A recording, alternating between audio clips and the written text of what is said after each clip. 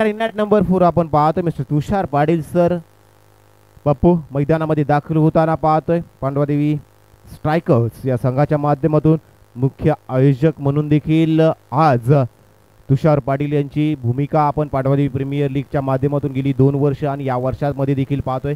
आणि तेच आज संघाला जिथे आपल्या धावांची गरज असणार आहे ना ते देखील मैदानामध्ये दाखल झालेत. आज जर पाहायला गेला तर दोन्ही बॅटर मैदानामध्ये जर मैदानात पाहायला गेलात ना, एका बाजूनं नॉन स्ट्रायकर आपण खुशाल थले पाहतोय, दुसऱ्या बाजूनं आपण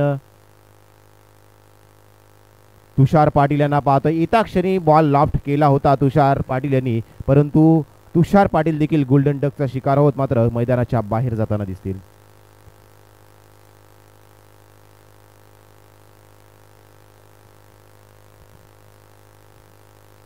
तुषार देखील मैदानाच्या बाहेर कॅच आउट आपण होताना आपण पाहतोय. लागोपाठचे 2 बॉल आणि आता जर पाहायला गेला तर फलंदाज मात्र येताना दिसतात, फलंदाज बाहेर जाताना दिसतात.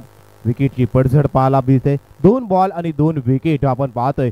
योगेश पाटील यांच्या माध्यमातून एक्स आर्मी मॅन आहेत योगेश पाटील आणि आज कित्येक वर्ष त्यांचा फिटनेसचा जर विचार करायला गेला तर या मैदानावरती देखील आपला फिटनेस आणि आपला अनुभव दाखवत असताना आज किट्टू 11 शाबाद संघासाठी चांगल्या पद्धतीने गोलंदाजी करत असताना पहिल्या 2 बॉलमध्ये 2 महत्त्वाचे विकेट आपल्या संघासाठी आपण जमा करताना पाहतोय. बॅटर आपले मैदानामध्ये सागर पाटील मैदानामध्ये दाखल झालेत आणि जर पाहायला गेला तर पहिली हॅट्रिक बनवली जाईल का हा प्रश्नचिन्ह देखील आज योगेश विचारताना दिसतात.